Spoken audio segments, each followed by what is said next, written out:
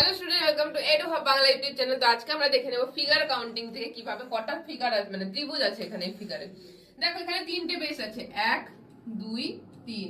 এইগুলোকে আমি যোগ করে নেব, 1 প্লাস 2 প্লাস 3, তাহলে হয়ে গেল আমার 3 এর 1 4 5 6। আমাদের টোটাল এখানে ত্রিভুজ হয়ে গেল আমাদের 6টা। যদি এরকম বেস থাকে তাহলে আমাদের কাউন্ট করে নিয়ে যোগ করে নিতে হবে। এখানে হলো আমাদের 6টা বেস। এবার দেখি এখানে কতগুলো ত্রিভুজ আছে। দেখো 1 2 3 4 5।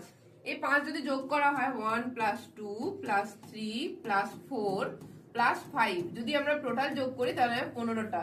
বাট কিন্তু এখানে 15টা ত্রিভুজ নেই, এখানে আরো বেশি ত্রিভুজ আছে। কি আছে দেখো, এখানে দেখো আরেকটা বেস হচ্ছে, এখানে হচ্ছে 1, 15 এর সঙ্গে আমি 1 যোগ করলাম আর একটা।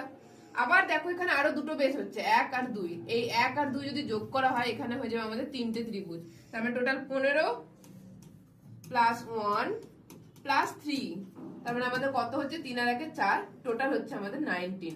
আমাদের এই ত্রিভুজটাই আছে 19 খানা ত্রিভুজ আছে এই শেপটাই। তো এরকম আরো মজার ট্রিক্স জানার জন্য আমাদের চ্যানেলটাকে সাবস্ক্রাইব করে দাও এবং লাইক করে দাও।